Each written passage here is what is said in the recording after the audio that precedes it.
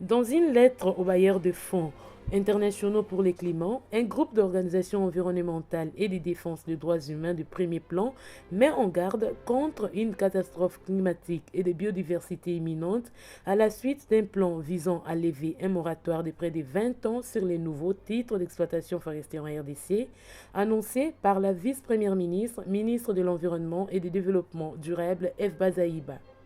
La République démocratique du Congo abrite la deuxième plus grande forêt tropicale du monde après le Brésil. Elle abrite 40 millions d'habitants, un réservoir de carbone et une réserve de biodiversité d'importance mondiale. C'est aussi une barrière naturelle contre la propagation des maladies zoonotiques. Alors que certaines parties de l'Amazonie deviennent maintenant des émetteurs nets de carbone, le bassin du Congo est jusqu'à présent resté relativement intact, bien que le taux de déforestation ait augmenté ces dernières années. Le plan d'élever le moratoire national sur l'exploitation forestière en place depuis 2002 menace d'aggraver la crise climatique à un moment où le monde est loin de maintenir le réchauffement climatique à moins de 1,5 degrés Celsius au-dessus de niveaux pré-industriels, le maximum nécessaire pour éviter les effets les plus dévastateurs du changement climatique. Il précède également une conférence internationale cruciale sur la biodiversité qui sera lancée à Kunming en Chine le mois prochain et la conférence sur le climat à Glasgow en novembre. Et au milieu des négociations entre l'Initiative pour la forêt de l'Afrique centrale CAFI, un groupement de gouvernements internationaux et le gouvernement de la RDC sur un possible investissement de 1 milliard de dollars américains pour protéger ces forêts. Si le moratoire est levé comme prévu, les ONG avertissent que la superficie de la forêt tropicale de la RDC remise aux entreprises forestières pourrait augmenter de 20 millions d'hectares, une superficie de la taille de la Grande-Bretagne. Cependant, potentiellement jusqu'à 60 et 70 millions d'hectares de forêts intactes, abritant des milliers de communautés locales et des peuples autochtones et des espèces menacées telles que les gorilles de montagne, les éléphants de forêt et l'okapi endémique sont menacés. Il est bien établi que même l'exploitation forestière sélective est la cause dominante de la perte de forêts intactes en Afrique, car elle repose sur un vaste réseau routier pour atteindre le faible densité d'arbres à valeur commerciale. L'analyse de la Rainforest Foundation montre que parmi les zones forestières susceptibles d'être cédées aux forestiers, il y aurait plus d'1 million d'hectares dans des tourbières. On pense que celles-ci stockent plus de 2000 tonnes de carbone par hectare.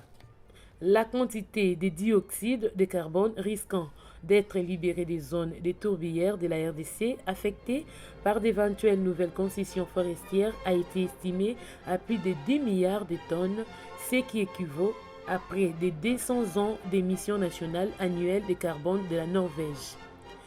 Dans la lettre aux donateurs, les ONG avertissent qu'il n'y a rien dans les systèmes de concession forestière existants pour suggérer pourquoi un programme de soutien international crédible pour protéger les forêts de la RDC tolérerait l'expansion de celui-ci.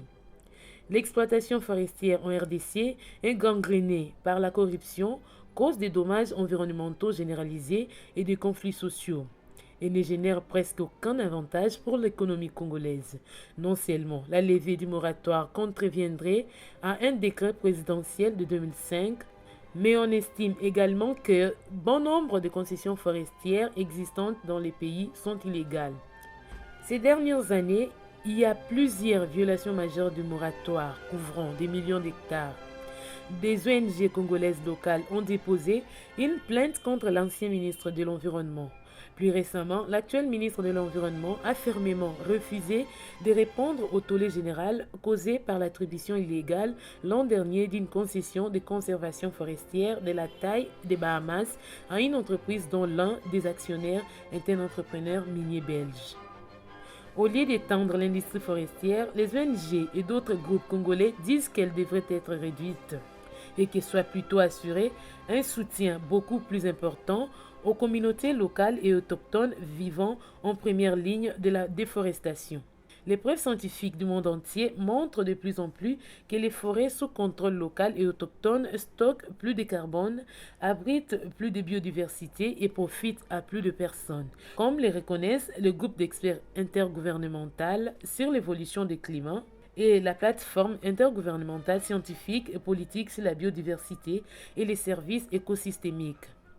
Pour Irène Wabiwa Betoko, chef du projet international pour la forêt du bassin du Congo, le président congolais Félix Tshisekedi a fait la promesse lors du dernier sommet virtuel des dirigeants sur le climat d'étendre la protection des forêts. Quelques mois plus tard, il a voté pour le renouvellement de l'exploitation forestière industrielle.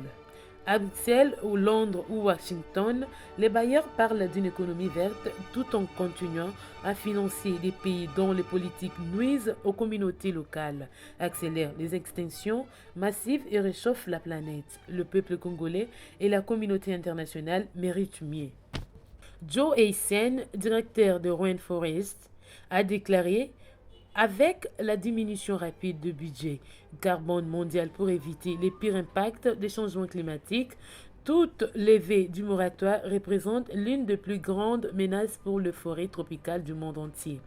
Plutôt que de rester silencieuse sur le plan mal pensé, la communauté internationale doit maintenant travailler avec le gouvernement congolais et la société civile pour soutenir les communautés locales et autochtones afin de protéger et de prospérer dans l'écosystème vital. Doris Jagger, secrétaire général de Rainforest Foundation, a déclaré: le développement durable pour les générations présentes et futures en RDC dépend directement de la protection des forêts tropicales intactes du pays, sécuriser les terres de peuples autochtones, une priorité pour le président Félix Tshisekedi, et une augmentation substantielle du soutien à la gestion communautaire des forêts devraient être de priorités stratégiques pour la RDC, y compris dans son partenariat avec l'initiative pour les forêts d'Afrique centrale.